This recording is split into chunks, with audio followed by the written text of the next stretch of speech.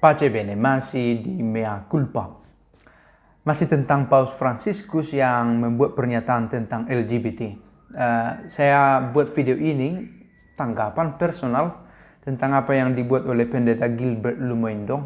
Sengaja saya ambil waktu yang cukup jauh supaya jangan terlalu konfrontatif, supaya kesannya bukan untuk saling adu argumen.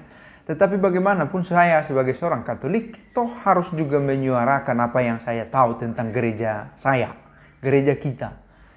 Ya, gereja kita. Saya sekarang di sini dan ada orang-orang yang sudah meninggalkannya. Apa yang gereja ajarkan tentang perkawinan? Apa tanggapan Paus tentang itu? Dia sebagai pimpinan gereja dan dia sebagai pribadi dengan pengalaman sebelumnya. Dan bagaimana ajaran gereja soal perkawinan itu.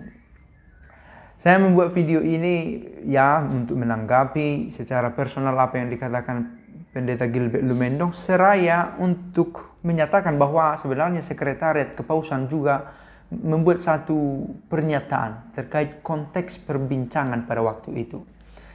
Dan dengan saya temukan satu berita itu di Catholic News Agency. Vatican Secretariat of State provides context of Pope Francis Civil Union remark. Pihak Sekretariat Kepausan mencoba menunjukkan konteks perbincangan. Mengapa Paus Fransiskus sampai berbicara tentang itu? Yang pertama ditegaskan, apa yang diungkapkan oleh Paus Fransiskus itu tidak menyangkut unsur doktrinal gereja. Apa maksudnya? Tidak ada sangkut pautnya dengan doktrin gereja ya, tentang perkawinan. Sekali lagi, perkawinan dalam gereja Katolik itu adalah antara seorang pria dan wanita. Benar-benar tidak ada tawar-menawar, karena ini bukan berasal dari hukum gereja, tetapi hukum ilahi pun hukum alami. Natural law, divine law, dan kemudian disimpulkan dalam canonical law. Dirangkai secara definitif, secara legalistik dalam hukum gerejawi dengan rangkaian hukum yang terang. Kanonik. Nah, kalau kita tahu hal ini, konsep pembentukan hukum di dalam gereja Katolik, tidak akan ada polemik tentang ini. Itu yang pertama, bahwa pernyataan Paus Fransiskus tidak mengganggu, tidak menyinggung doktrin di dalam gereja Katolik. Yang kedua, pernyataan Paus Fransiskus tentang LGBT ini menyangkut dua hal. Pertama, LGBT di dalam nuclear family, di dalam keluarga intinya, bahwa dia adalah seorang anak dari satu keluarga. Nah, tentang ini Paus Fransiskus menekankan anak, sekalipun dia memiliki kecenderungan menjadi LGBT, memiliki hak untuk dicintai, untuk diterima di dalam keluarga, not to be abandoned or to be alienated. Bukan untuk diabaikan atau bahkan diasingkan. Dia tetap adalah anak dari satu keluarga. Ini isu yang pertama yang diangkat. Dan ada orang-orang yang tidak mengerti, dan saya pikir dengan tetap menaruh rasa hormat, Bapak Pendeta Gilbert Lumendong tidak memberi perhatian cukup tentang poin ini. Pertama, karena memang isu ini universal, artinya boleh jadi di kita bukan sesuatu yang sangat diperhatikan, tetapi di negara lain ini kasat mata atau bahkan secara eksplisit bisa kita lihat bahwa penderita atau pelaku LGBT terasing benar-benar bahkan dari keluarga sendiri. Dan ini menjadi fenomena sosial, sesuatu yang memprihatinkan.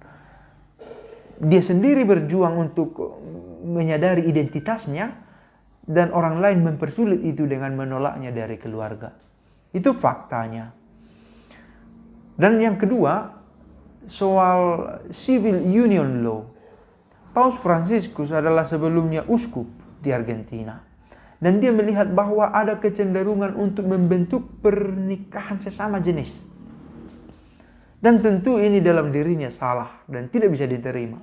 Nah, ternyata dalam tanda petik nasi sudah menjadi bubur. Sudah ada penerimaan perlahan-lahan secara legal hubungan sesama jenis ke dalam bentuk perkawinan. Secara legal di Argentina. Nah, ini fakta yang harus dihadapi oleh Paus Fransiskus.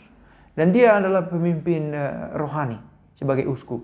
Bukan seseorang yang memiliki pengaruh sangat besar dalam membentuk hukum-hukum di negara. Karena itu dia toh harus terlibat dengan memberi pernyataan bahwa membuat hubungan sesama jenis menjadi pernikahan bukanlah keputusan yang tepat. Maka mungkin ada bentuk perlindungan hukum lain yang bisa dibuat selain pernikahan, supaya haknya sebagai manusia tetap terjamin, tetapi membuat itu menjadi perkawinan tidak terjadi. Nah, untuk mencapai titik tengah bahwa gereja dengan jelas menolak pernikahan, jelas, tetapi negara sudah mulai memberikan perlahan-lahan peluang untuk itu. Nah, untuk kita ini menjadi isu yang aneh karena memang sama sekali tidak ada ruang.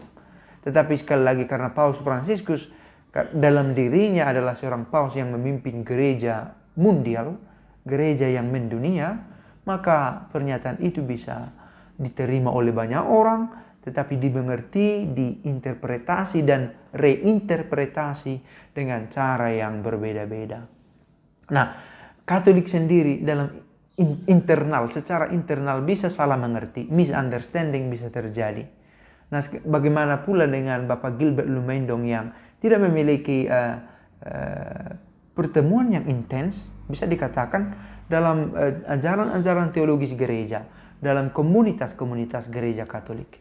Dan dia membuat pernyataan yang sangat berpengaruh karena Bapak Gilbert Lumendong memiliki pengaruh yang luas kepada banyak orang.